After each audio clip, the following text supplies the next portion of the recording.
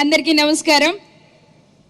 ప్రజల చేత ప్రజల కొరకు ప్రజలకై ఎన్నుకోబడి మనకంటూ ఏ పార్టీ కూడా సర్పంచ్లకి పార్టీ గుర్తు లేకపోయినా మనకంటూ ఉన్న గుర్తింపు, మనకంటూ ఉన్న గౌరవం, మనమంటే అభిమానించే గ్రామస్తుల చేత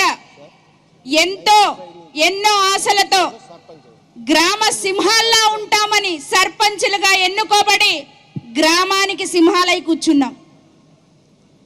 ఎందుకంటే ఒకప్పుడు సర్పంచులంటే రాష్ట్రపతి తర్వాత చెక్ పవర్ కలిగినటువంటి ఏకైక నాయకుడు సర్పంచ్ అనేవారు.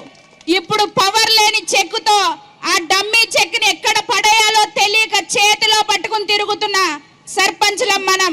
అవునా కాదా?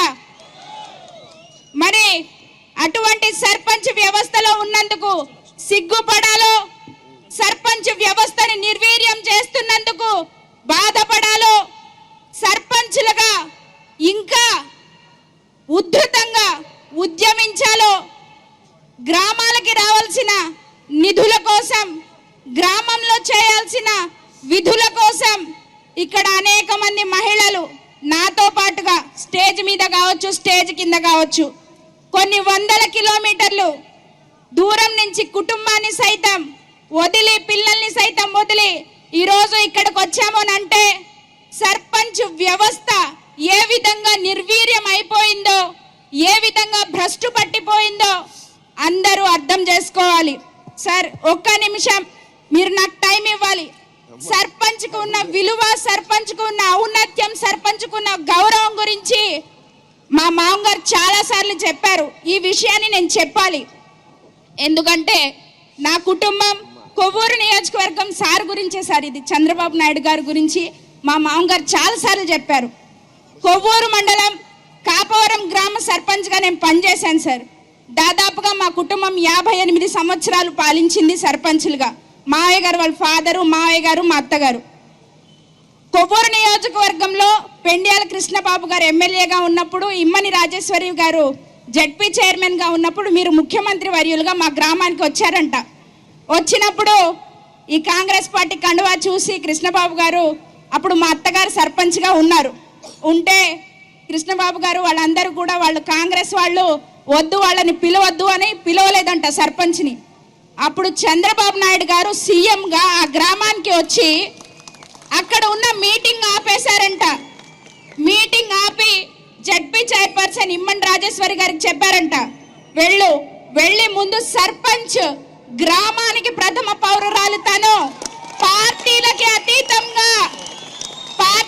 అతీతంగా ఆమెను తీసుకొచ్చి ఇక్కడ కూర్చోబెట్టాలి అని చెప్పినటువంటి మహానేతతో ఈ రోజున ఈ స్టేజ్ పంచుకున్నందుకు, ఈ అవకాశం నాకు వచ్చింది ఒక సర్పంచ్ గాని గర్వపడుతూ, ఇందాక నుంచి నేను పదే చూస్తున్నాను. మా రాజేంద్ర ప్రసాద్ గారు అంటున్నారు మా నిధులు దొంగలించబడ్డాయి.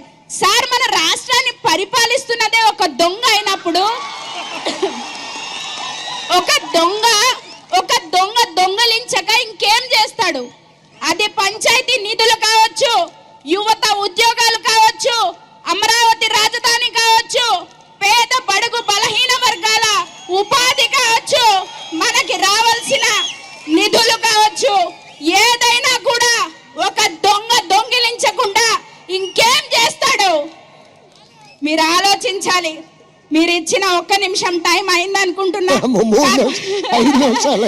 కాకపోతే ఇంకొక విషయం కూడా సార్, ఇక్కడ ఇంత అవకాశం వచ్చింది కాబట్టి, నేను ఈ కాంగ్రెస్ పార్టీ తరపున వచ్చినాను కాబట్టి నా కుటుంబం గురించి కూడా చెప్పుకోవాల్సిన అవసరం ఉంది కాబట్టి నా మామగారు పేరు రఫీక్ బేగ్ గారు, అలాగనే మా చిన్న మామగారు విజయవాడలో టెక్నికల్ ఎడ్యుకేషన్ మినిస్టర్ చేశారు ఎంకే బేగ్ గారు. ఆయన తమ్ముడు కోడల్ని నేను. ఒక కుటుంబం నుంచి, ఒక ముస్లిం మైనారిటీ కుటుంబం నుంచి వచ్చిన అమ్మాయిని ఇంత ధైర్యంగా నిలబడి ఇట్లా మాట్లాడుతున్నా అంటే, దయచేసి మీరందరూ కూడా ఒక విషయం గుర్తుపెట్టుకోండి. సమయం లేదు మిత్రమా, రణమా, శరణమా, ఆలోచించుకోండి. సర్పంచులకి గౌరవం ఎవరిస్తారు? గౌరవం ఎవరు చూస్తారు మనల్ని గౌరవంగా అనేది ఆలోచిస్తూ ఒక చిన్న పాయింట్ సార్, ప్రతి ఒక సీఎం కి గాని ఎమ్మెల్యేలకి గాని పిఎం కి గాని ప్రతి 5 సంవత్సరాలకి ఎలక్షన్స్ అవుతాయి. కానీ మన దౌర్భాగ్యం ఏంటంటే 5 సంవత్సరాలు దాటిన తర్వాత మనకి ఎలక్షన్స్ ఉంటాయో లేదో తెలీదు. స్పెషల్ ఆఫీసర్స్ పరిపాలన తీసుకొస్తారు. అటువంటివి లేకుండా ప్రతి 5 సంవత్సరాలకి సర్పంచ్లకు కూడా ఎలక్షన్స్ పెట్టేలాగా చర్యలు అందరూ తీసుకుంటే బాగుంటుందని కోరుకుంటూ జై హింద్.